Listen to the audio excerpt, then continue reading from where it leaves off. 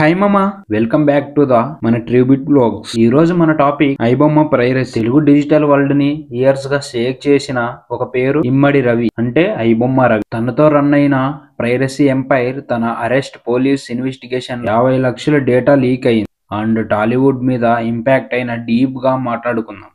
ఈ story simple కాదు. ఒక ఇంటెలిజెంట్ బిజినెస్ మ్యాన్, ఒక powerful illegal network, milestone of users, crores of rupees and చివరికి police operation. Let's go to deep into the story. Ravi early life and mindset. IBomma Ravi అంటే అసలు ఎవరు, ఎందుకు చేశాడు, ఎలా స్టార్ట్ చేశాడు, ఇది మాక్సిమం మందికి తెలియదు. Ravi normal middle class family నుండి వచ్చాడు.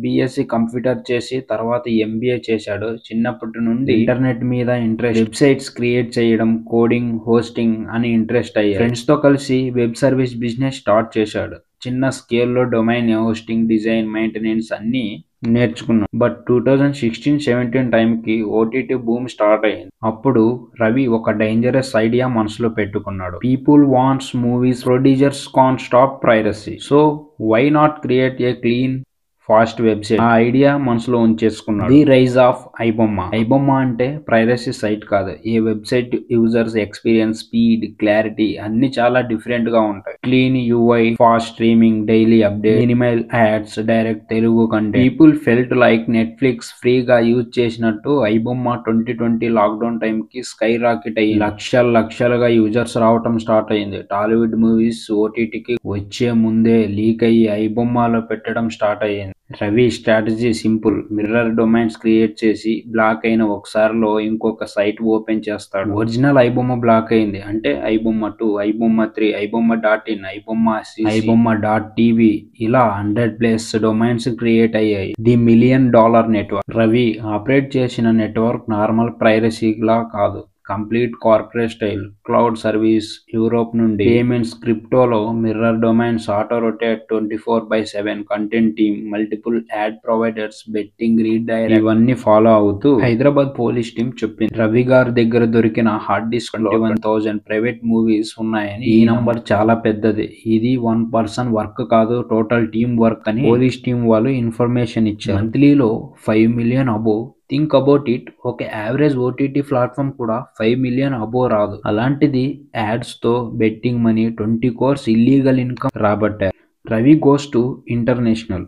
2022కి రవి ఇంకొక స్టెప్ తీసుకున్నాడు. ఇండియన్ సిటిజన్షిప్ రిజైన్ చేసి Saint Kitts and Nevis citizens తీసుకున్నాడు.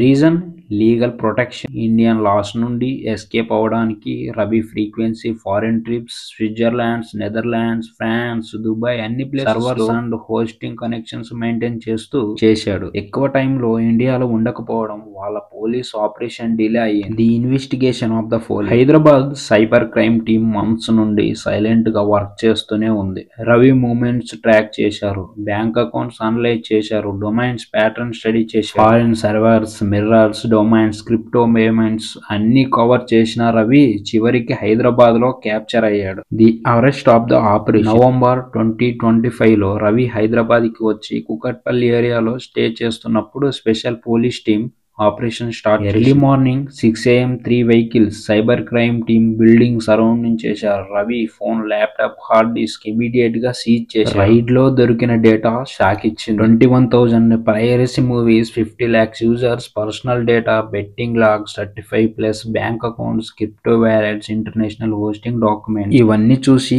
పోలీసులు షాక్ అయ్యారు. ఈ వెబ్సైట్ షట్ డౌన్. రవిని పోలీసులు అరెస్ట్ చేయగానే ఐబొమ్మ అఫీషియల్ సైట్ లో ఒక మెసేజ్ ఇచ్చింది. Service permanently halted in your country. ఇది టాలీవుడ్ కి చాలా పెద్ద relief moment. Producers, actors, directors అందరూ హైదరాబాద్ పోలీస్ ని అప్రిషియేట్ చేశారు.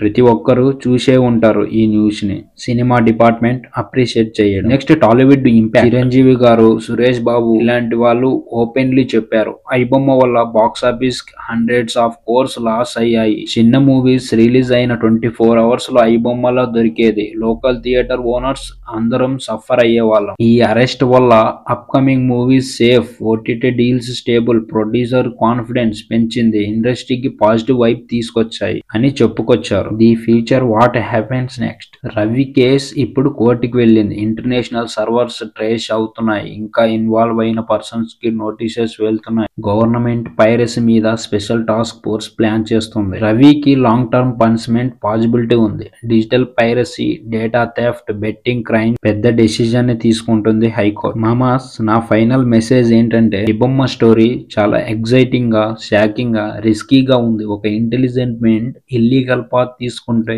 ఎందుకు డేంజరస్ అని ఇది పర్ఫెక్ట్ గా ఎగ్జాంపుల్ అని నా ఒపీనియన్. సినిమాని లవ్ చేసి మన అందరికి చూపించడం అది ఒక మంచి పనే, కానీ దాని నుంచి వచ్చే ఒక నష్టం చాలా పెద్ద effect. Producers, artists hard work ని రెస్పెక్ట్ చేయాలి. అది చిన్న మూవీ అయినా పెద్ద మూవీ అయినా.